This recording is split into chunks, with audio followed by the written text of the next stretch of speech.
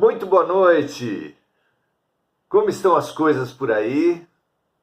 Muito bom estarmos juntos, em companhia dos nossos amigos aqui do Não é Cenário, é minha casa, é o meu quartinho. Temos aqui uma figura de São Francisco, é um quadrinho muito simples de um santo que eu gosto muito. Aqui, São Francisco. Aqui, o nosso mestre, o quadro de uma amiga, o quadro da minha filha e uma plantinha muito querida. Nossos amigos, nossos companheiros de estudo aqui no quarto, presenciais, nossos companheiros saúdam os nossos amigos, nossos colegas de estudo espirituais, que coordenam esse trabalho, e os nossos amigos e colegas de estudo virtuais, encarnados, mas virtuais. Então temos os presenciais, os espirituais e os virtuais. Um encontro precioso para todos nós, que nos ajuda demais a nos situar nesse momento, nesses desafios que são comuns a todos nós e, ao mesmo tempo que comuns, muito especiais. Muito legal. Temos estudado, a partir desse fabuloso O Consolador, livro de Emmanuel e pela psicografia de Chico Xavier, que passa em revista o conhecimento humano a partir da perspectiva espiritual, uma oportunidade única. São 411 perguntas e respostas, organizadas em 3 blocos: ciência, filosofia e religião. Estamos no campo da ciência e particularmente no campo da saúde, da medicina, olhando a saúde do ponto de vista espiritual. Hoje, especialmente, vamos, em 2 questões, estimular as pesquisas, as reflexões dos amigos, as minhas mesmo, com um elemento, com uma ferramenta de harmonização, de cura, de saúde, fabulosa: a água. A água é tão importante que Jesus comparou a si mesmo como a água viva, que mataria e matará nossa sede para sempre. As diferentes religiões, as diferentes práticas espirituais vêm consolidando os elementos. A antiga alquimia, a religião dos povos chamados primitivos, a religião xamânica, todos, a própria astronomia, não astrologia, considera os 4 elementos como terra, água, fogo e ar, atribuindo a cada um deles um papel não apenas na composição física do mundo, mas também um papel energético. É muito interessante estudar isso. A água, nesse contexto, sempre foi associada às emoções, aos sentimentos, à subjetividade, especialmente no campo das emoções e dos sentimentos. Ou seja, a água é fundamental. No planeta chamado Terra, 70% da superfície é água. No universo chamado corpo, cerca de 70% também da composição é de água. Sem água não se vive, sem água não há vida, sem água não há reprodução, não há frutos, não há germinação. A água quebra a dormência das sementes, apodrece a casca grossa e faz germinar o ser que brota da semente e que vive de luz. Nós também, para um dia vivermos de luz, estarmos em contato, nos nutrirmos da luz como Jesus, que disse: meu alimento é fazer a vontade do meu Pai.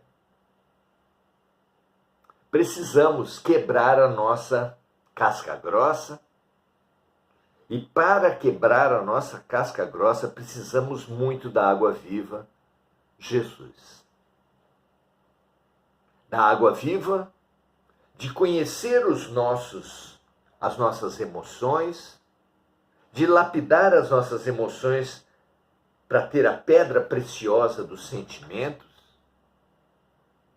e para situar os sentimentos, à luz do universo, à luz da eternidade, na sublime joia do amor. Adornemos nossas almas com a sublime joia do amor. Muito bem, vamos então aprofundar algum entendimento, o entendimento possível para nós nesse momento, sobre a importância da água, a ferramenta água, para as curas, para as harmonizações das criaturas. É a pergunta 103, que é dirigida a Emmanuel nos seguintes termos. No tratamento ministrado pelos espíritos amigos, a água fluidificada para um doente terá o mesmo efeito em outro enfermo? A água de um doente serve igualmente para o outro? Como pensar isso? A resposta é assim: a água pode ser fluidificada de modo geral, em benefício de todos. Todavia, pode sê-lo em caráter particular para um determinado enfermo, e neste caso, é conveniente que o uso seja pessoal e exclusivo. Vejam então, amigos, que em proteção de uma família, de uma equipe de trabalho, de uma instituição, de uma escola, de um hospital, podem e atuam os espíritos, as correntes médicas, as correntes de educadores, de protetores, atuam fluidificando a caixa d'água, fluidificando a água geral, a água comum. Mas, para atingir determinadas pessoas, atuam os espíritos na água específica voltada para aquela pessoa, com efeitos exclusivos e pessoais, que são mesmo um medicamento individual. Especialmente nos trabalhos realizados com água nas instituições espiritualistas, no espiritismo, inclusive, trabalha-se com garrafas de água individuais que vão ser bebidas pelas pessoas depois durante a semana e complementadas quando baixarem de nível, para que nunca se perca, de forma que a água que foi fluidificada originalmente, quando recebe água nova, ela transmite as suas propriedades para a água que chega.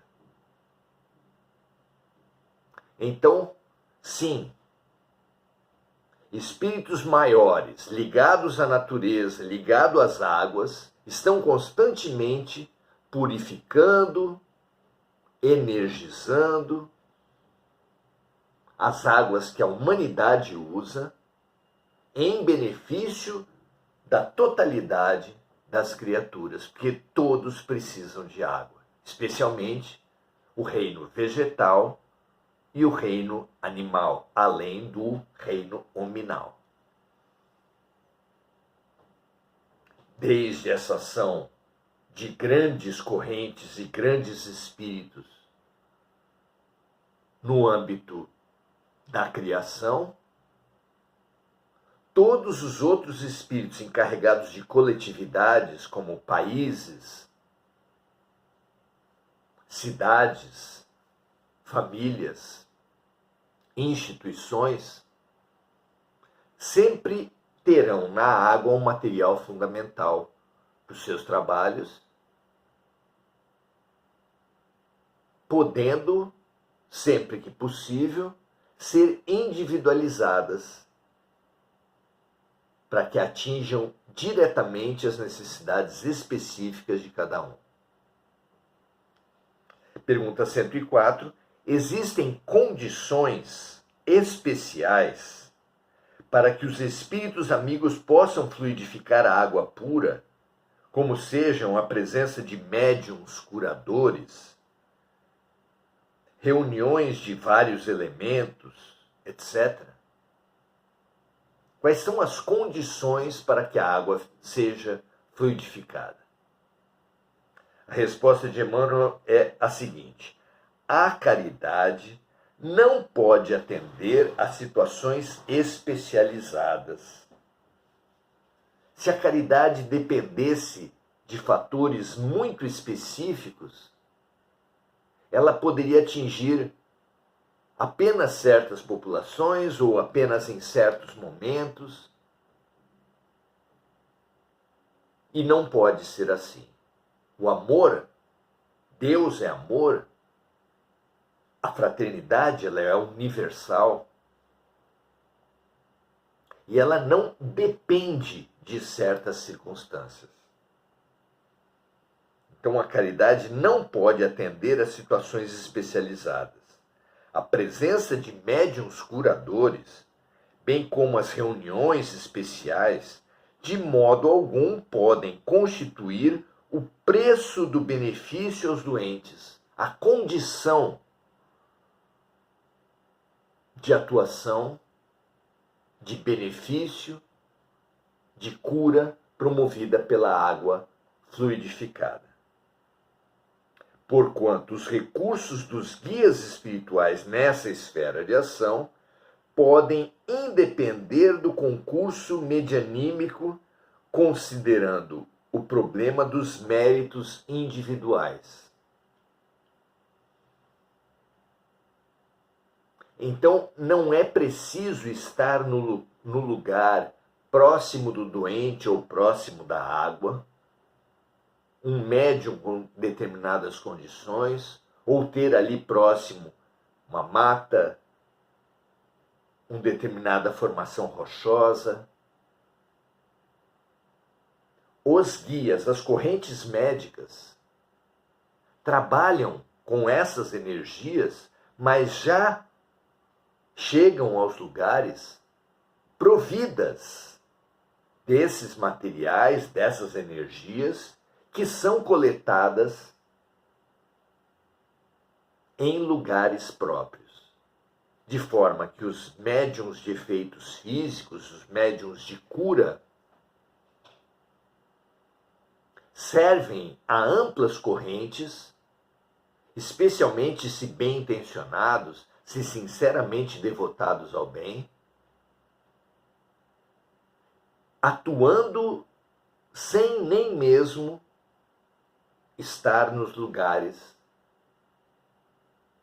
apesar dos maravilhosos recursos da viagem astral, da viagem espiritual, com os quais, à noite ou em qualquer outra situação onde ocorra o desprendimento, o desdobramento, a projeção, faz com que esses médiuns especiais, como os doadores universais, os tipos sanguíneos de doadores universais que podem ter ampla atuação em benefício de muitos, também o médium de cura é uma espécie de doador universal de fluidos próprios dos encarnados, que beneficiam certamente a muita gente. Então, não são condições, nem poderiam ser, porque se fossem, seriam de alguma forma privilegiados os membros de uma família que tivessem indivíduos com esses dons de cura. Os membros de uma instituição, de um local de trabalho, que tivessem membros médiuns de cura. Os espíritos de luz, as correntes médicas, possuem meios de arregimentar as energias que são fundamentais, partindo especialmente da energia mais elevada, da energia do alto, condutora de todas as curas, e agregando a essa energia outras de efeito salutar, de efeito medicamentoso, encontráveis no reino vegetal, no reino mineral, na natureza em geral, nas águas, e em indivíduos, particularmente nesses chamados de médium de efeitos físicos, médiuns de cura, que vêm para a Terra com o papel, com a missão de doadores universais, de ajudantes, de farmacêuticos dos grandes médicos do espaço. Então, a caridade não pode atender ou depender de situações especializadas, situações específicas. A presença de médiuns curadores, bem como as reuniões especiais, de modo algum podem constituir o preço, a condição do benefício aos doentes.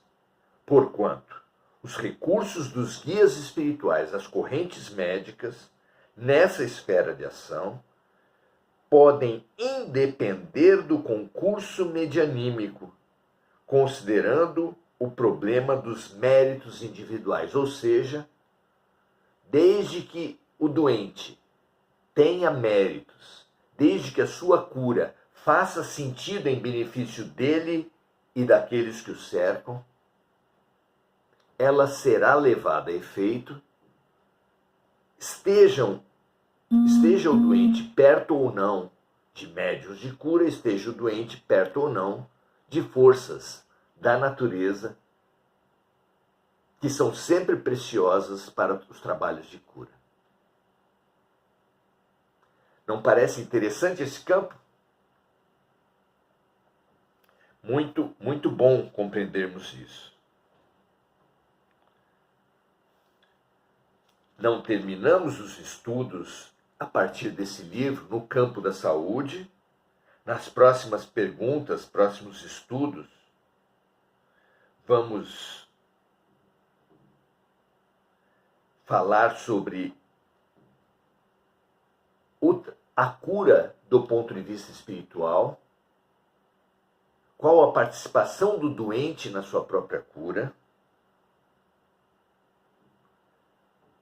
um aspecto tão importante para as próprias curas de Jesus. Não há cura sem autocura.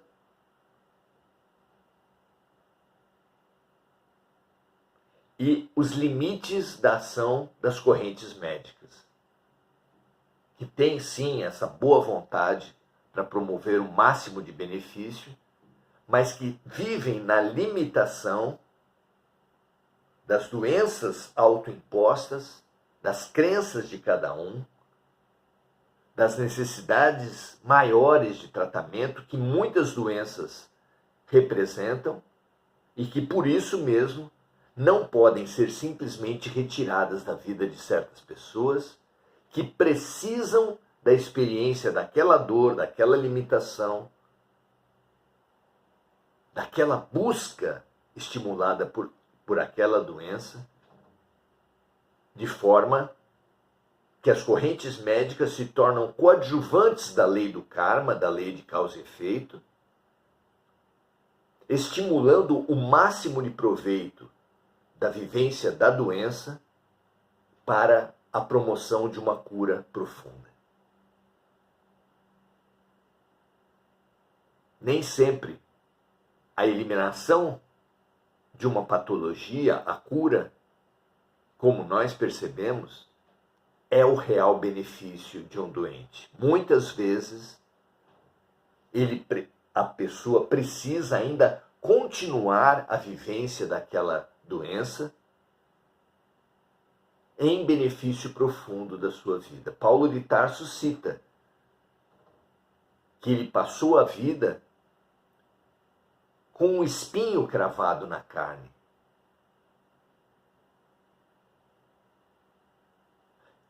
Chico Xavier, em contato com médiuns de cura,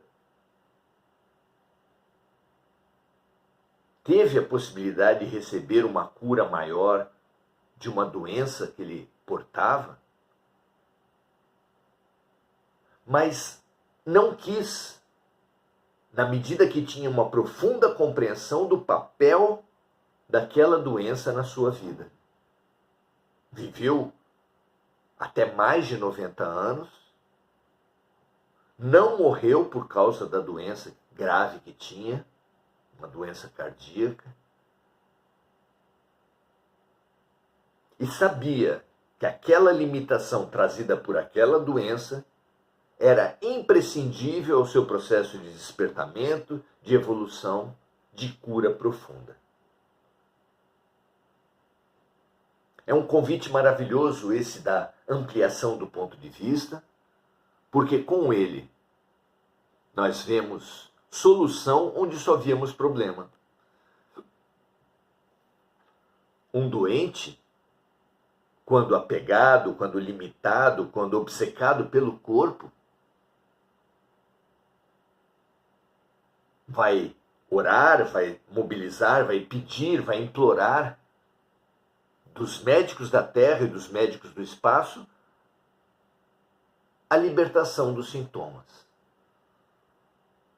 Já um outro doente pode estar com a mesma doença e saber pedir com Jesus: seja feita a vossa vontade, assim na terra como no céu, pela confiança, pela certeza de que não cai realmente uma folha de uma árvore que não seja pela vontade de Deus. Pela confiança e pela certeza que aquela vivência da limitação, mesmo da dor, imposta pela doença e seus tratamentos, trazem dentro de si um significado maior e mais profundo, que simplesmente, muitas vezes, não pode ser tirado em benefício do doente. Sejamos nós esses que vivemos as nossas doenças com fé, com amplitude de ponto de vista, com uma compreensão mais profunda, que nos dê aceitação, coragem, persistência para, fazendo a nossa parte, aceitarmos o que a vida nos trouxer. Que assim seja com todos nós, com toda a terra, com todos aqueles que vocês compartilharem esses vídeos, a todos que chegarem, que essa mensagem chegar, sejam banhados de aceitação, coragem, persistência, boa vontade, lucidez, para se fazer a pergunta: o que Deus, o que a vida está querendo me ensinar com isso? dedicar-se a esse aprendizado, porque só com essa fé raciocinada, com essa boa vontade lúcida, pode um doente acelerar e aprofundar a sua cura. Que assim seja para todos nós, para toda a terra. Saudar os amigos aqui que estão conosco. Enir Cajazeira, que assim seja, graças a Deus. Marco Aurélio Trindade, Mari Pereira, José Ferro, do Seara de José, Lúcia Galvão, Maria José Sobral, Adelaide Dias, Andréa Santos, Mário Alberto, muito bom ter você aqui, Mário, Enir Cajazeira e André Salvatore. Todos saudando-nos uns aos outros, e eu renovo o meu convite a todos vocês que multipliquemos esse pão, que absolutamente foi feito por nós, que temos certeza que vem do alto, que se perde um pouco pelas nossas limitações, mas que se multiplica fabulosamente pelo trabalho das correntes instrutoras, das correntes curadoras, das correntes protetoras de Jesus. Graças a Deus, um prazer estar com todos vocês e até amanhã, continuando os nossos estudos sobre saúde, sobre cura, sob a luz do Espírito. Grande abraço, prazer estar com vocês e até amanhã.